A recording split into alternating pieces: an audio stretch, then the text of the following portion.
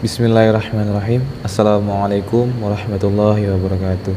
Izin memperkenalkan diri, nama saya Fernando Pratama Simanjuntak dari Prodi Penyuluhan Pertanian Berkelanjutan tingkat 4A.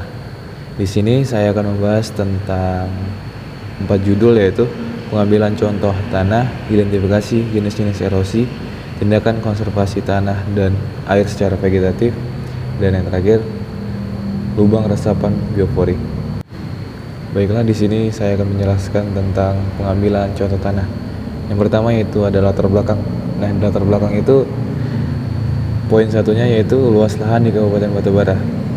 Nah, Kabupaten Batubara terdiri dari lahan sawah irigasi seluas 14.999 hektar dengan luasan terbesar di Kecamatan Air Putih. Kemudian ada tada hujan seluas 2.131 hektar dan rawa pasang surut seluas 115 hektar. Terdapat beberapa cara yang dapat dilakukan untuk mengetahui status unsur hara di dalam tanah. Ya, salah satunya dengan PUTS dan PUTK. Yang kedua yaitu rekomendasi dalam pemupukan. Nah, di sini suatu rancangan yang terdiri dari jenis dan takaran pupuk untuk tanaman pada suatu areal tertentu. Kemudian rekomendasi pemupukan bermanfaat dalam pemberian pupuk yang tepat baik dosis, waktu maupun jenis pupuk sehingga pemupukan akan lebih efisien serta produksi dan pendapatan petani pun meningkat. Kemudian yang ketiga yaitu persyaratan kualitatif dan kuantitatif, yaitu meliputi unsur hara yang diberikan, waktu pemupukan dan penempatan pupuk untuk unsur hara yang berada pada waktu dan tempat serta unsur hara yang diserap dan digunakan oleh tanaman. Pemupukan yang dilakukan berdasarkan kebutuhan hara dan tanah, kebutuhan tanaman akan meningkat. Selanjutnya yaitu tujuan. Tujuan yang pertama yaitu menambah pengetahuan tentang pengambilan contoh tanah untuk PUTS dan PUTK. Yang kedua yaitu mengetahui teknik pengambilan contoh yang sebagaimana bahan uji PUTS dan PUTK. Dan yang ketiga yaitu memenuhi penugasan pada mata kuliah konservasi tanah dan air ini. Kemudian selanjutnya yaitu waktu dan tempat. Kegiatan praktikum ini dilaksanakan di bulan September di tahun 2021 dan tempat pelaksanaan praktikum di lahan sawah dan lahan kering yang berlokasi di Desa Pematang Gering, Kecamatan Sesuka, Kabupaten Batubara, Provinsi Sumatera Utara. Selanjutnya yaitu hasil dan pembahasan. Yang pertama yaitu tentang tanah sawah. Poin 1 yaitu penentuan titik pengambilan sampel tanah sawah. Yang kedua pengambilan bagian tanah sawah. Dan yang ketiga hasil tanah sawah dimasukkan ke wadah plastik. Begitupun juga dengan tanah kering. Dan di bagian pembahasan yaitu sistem pengambilan tanah yang diambil adalah menggunakan pola sistem zigzag dengan cara pengambilan tanah seperti yang dilaksanakan, menentukan titik yang akan digunakan sebagai tempat pengambilan sampel tanah secara zigzag. Adapun persyaratan dan cara pengambilan tempat seperti ini sama dengan sistem diagonal. Kemudian yang kedua yaitu sampel tanah komposit. Sampel tanah ini merupakan sampel tanah gabungan dari beberapa subtanah individu yang berada pada hamparan tanah yang homogen. Sebelum sampel tanah diambil, perlu diperhatikan keseragaman baik hamparan. Misalnya diamati dahulu keadaan topografinya, tekstur tanah, warna tanah, kondisi tanaman, penggunaan tanah dan masukan, yaitu pupuk, kapur, bahan organik yang diberikan serta bagaimana penggunaan lahannya. Kemudian selanjutnya yaitu kesimpulan. Yang pertama, sistem diagonal pertama-tama diterapkan satu titik sebagai pusat pada lahan yang akan diambil sampel tanahnya. Kemudian ditentukan titik di sekelilingnya, jumlah titik yang dibuat sebanyak 5 buah. Kemudian jarak antara setiap titik kurang lebih 50 meter diukur dari titik pusat. Yang kedua yaitu sistem zigzag. Cara pengambilan tanah seperti ini dilaksanakan dengan menentukan titik yang akan digunakan sebagai tempat pengambilan sampel tanah secara zigzag. Adapun persyaratan dan cara pengambilan tempat seperti ini sama dengan sistem diagonal. Hanya saja perbedaan dalam cara penentuan tempat pengambilan sampel tanah. Yang ketiga, cara acak. Pengambilan sampel tanah secara acak tetapi menyebar rata di seluruh bidang tanah yang diwakili. Setiap titik yang diambil mewakili daerah sekitarnya. Pembahasan yang kedua yaitu identifikasi jenis-jenis erosi. Yang pertama, latar belakang. Tanah merupakan sumber kehidupan bagi makhluk hidup yang ada di bumi, di mana tanah digunakan sebagai wadah atau tempat tumbuhnya berbagai jenis tanaman yang berguna bagi makhluk hidup seperti manusia dan hewan. Di Indonesia, khususnya, sering terjadi berbagai macam bencana alam yang datang silih berganti, khususnya terkait erosi. Oleh sebab itu, perlu tindakan identifikasi erosi guna mengetahui penyebab dan cara penanggulangannya. Selanjutnya yaitu waktu dan tempat. Dilaksanakan pada bulan Januari 2022 di lahan SPU Pulau Bangtan Bogor, Jawa Barat. Kemudian tujuannya yaitu mengidentifikasi jenis-jenis erosi yang ada di lapangan. Adapun hasil identifikasi yang didapat di lapangan, yang pertama yaitu erosi lambar. Erosi lambar merupakan pengangkutan suatu lapisan tanah yang tebalnya merata dari suatu permukaan tanah. Erosi ini disebut juga erosi kulit, yang bisa diartikan dengan tipisnya lapisan permukaan tanah di daerah berlereng yang terkikis oleh kombinasi air hujan dan air larian. Kemudian selanjutnya yaitu erosi parit. Erosi parit adalah erosi yang terjadi apabila aliran-aliran kecil akibat erosi alur berkumpul menjadi aliran yang lebih besar. Oleh karena itu, aliran air pun menjadi lebih deras dan proses erosinya semakin besar. Peranan air dalam erosi ini jelas begitu dominan, terlebih-lebih di Indonesia yang merupakan daerah tropis dan curah hujan yang tinggi. Kemudian kesimpulan yang dapat diambil dari identifikasi jenis-jenis erosi, yang pertama yaitu tanah yang telah mengalami erosi lembar, yaitu air yang mengalir di permukaan berwarna keruh atau kecoklatan karena banyak mengandung partikel tanah. Warna tanah terlihat pucat karena kadar humus atau bahan organiknya rendah, tingkat kesuburan dan tanah berkurang. Yang kedua yaitu erosi parit tidak selalu terbentuk dari erosi alur. Misal akibat penebangan pohon secara liar, pembakaran dan semacamnya mengakibatkan daya tampung air pada daerah tersebut terlampaui, sehingga air mengalir dalam jumlah besar dari daerah tampungan tersebut menuju ke bawah lereng yang permukaannya tidak tahan terhadap erosi. Contohnya yaitu seperti pada bagian outland dryness yang tidak dilindungi pasangan batu atau beton, sering terbentuk erosi parit. Kemudian pembahasan selanjutnya yaitu yang ketiga, tindakan konservasi tanah dan air secara vegetatif. Adapun hal yang melatar belakanginya yaitu terjadinya erosi yang terus-menerus dapat menyebabkan kerusakan lahan yang serius. Yang kedua, teknik konservasi lahan di Indonesia diarahkan pada 3 prinsip utama, yaitu perlindungan permukaan tanah terhadap pukulan butir-butir hujan, meningkatkan kapasitas infiltrasi tanah seperti pemberian bahan organik atau dengan cara peningkatan penyimpanan air, dan mengurangi laju aliran permukaan sehingga menghambat material tanah dan hara terhanyut. Latar belakang selanjutnya yaitu yang pertama, manusia mempunyai keterbatasan dalam mengendalikan erosi sehingga perlu ditetapkan kriteria tertentu yang diperlukan dalam tindakan konservasi lahan. Kemudian selanjutnya yaitu teknik konservasi lahan tersebut pada prinsipnya memiliki tujuan yang sama, yaitu mengendalikan laju erosi.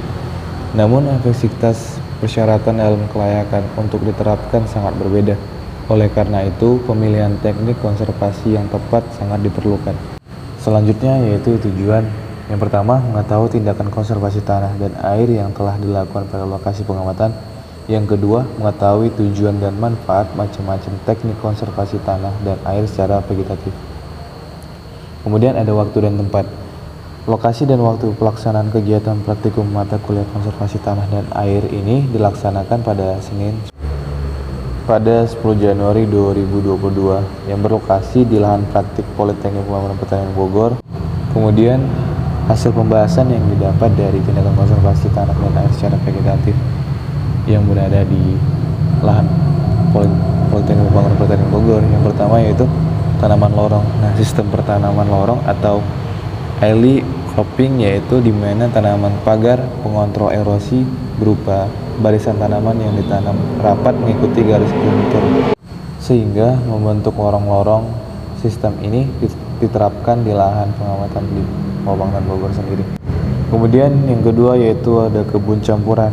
Kebun campuran ini mampu mencegah erosi dengan baik karena kondisi penutupan tanah yang rapat sehingga butiran air hujan tidak langsung mengenai permukaan tanah. Yang ketiga ada strip rumput. Nah, teknik konservasi dengan strip rumput yang dilakukan di lahan praktik Polbangtan Bogor merupakan rumput yang didatangkan dari luar area lahan yang dikelola dan sengaja ditanam secara strip menurut garis kontur untuk mengurangi aliran permukaan.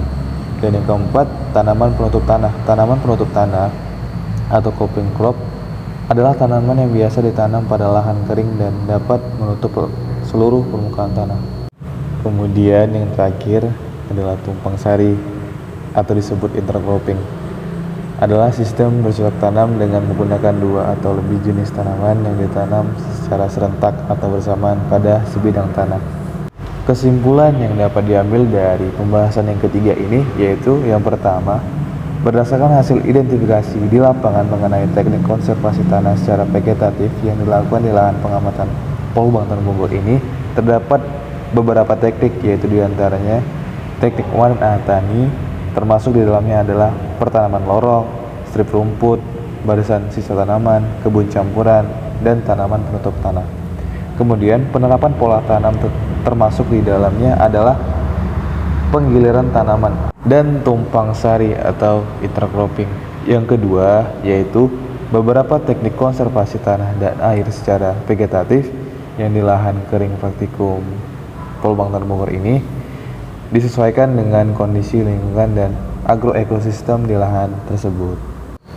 Pembahasan yang terakhir yaitu tentang lubang resapan biopori.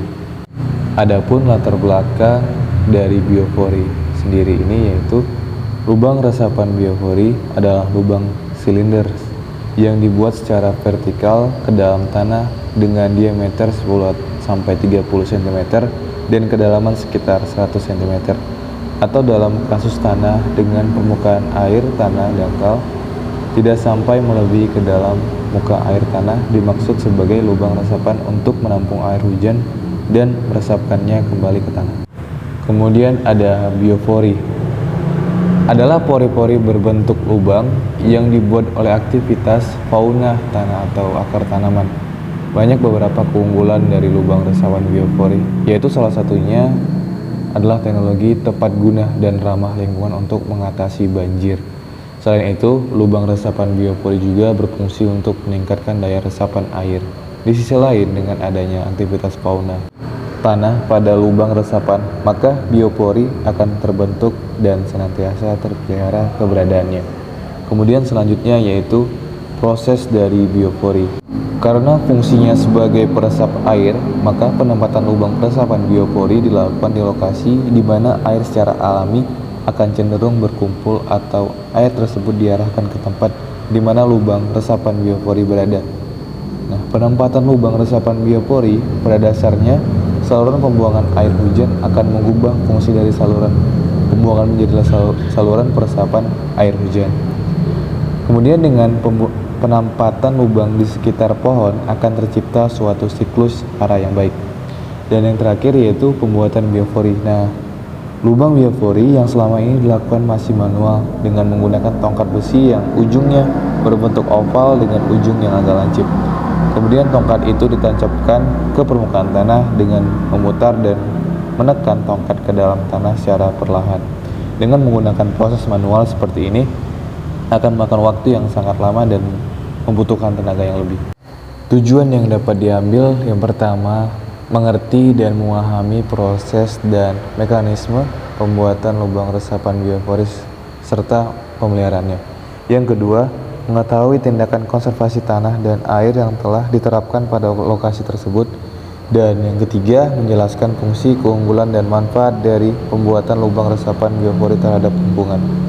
Selanjutnya, waktu dan tempat yang berlokasi di Masjid At-Tarbiyah Politeknik Pembangunan Pertanian Bogor yang dilaksanakan pada hari Rabu 24 November 2021. Adapun hasil dan pembahasan yang dapat diambil yaitu praktikum pembuatan lubang biopori telah dilaksanakan dan dibuat sebanyak 8 buah lubang. Dari 8 lubang tersebut ada 3 lubang biopori yang telah terdekomposisi, yaitu menjadi kompos.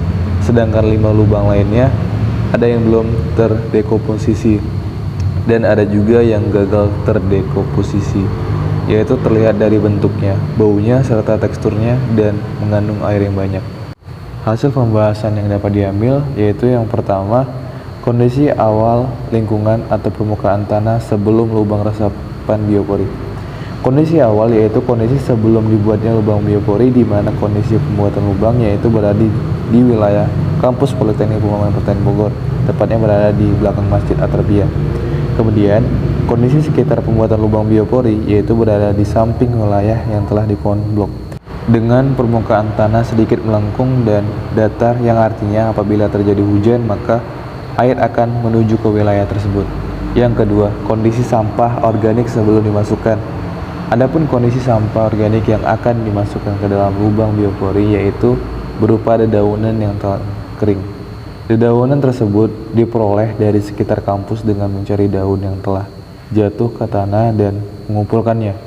Daun-daun tersebut dimasukkan ke dalam botol plastik yang telah diberi lubang dengan sedikit memadatkannya, kemudian diberi air pada daun tersebut sebelum dimasukkan ke lubang yang telah dibuat. Yang ketiga yaitu kondisi permukaan tanah setelah 14 hari lubang resapan biopori dibuat. Kondisi permukaan tanah pada saat hari ke-14 yaitu agak berubah karena pada saat pembuatan lubang biopori tanah dikeluarkan dan diletakkan di sekitar lubang tersebut. Dari awal pembuatan hingga hari ke-14, kondisi alam cukup mendukung, di mana sering terjadi hujan, sehingga kondisi permukaan tanah menjadi lembab, dan ada pun kondisi lubang biopori yaitu tertutup oleh tanah, sehingga perlu usaha terlebih dahulu untuk mencari lubang biopori yang telah dibuat.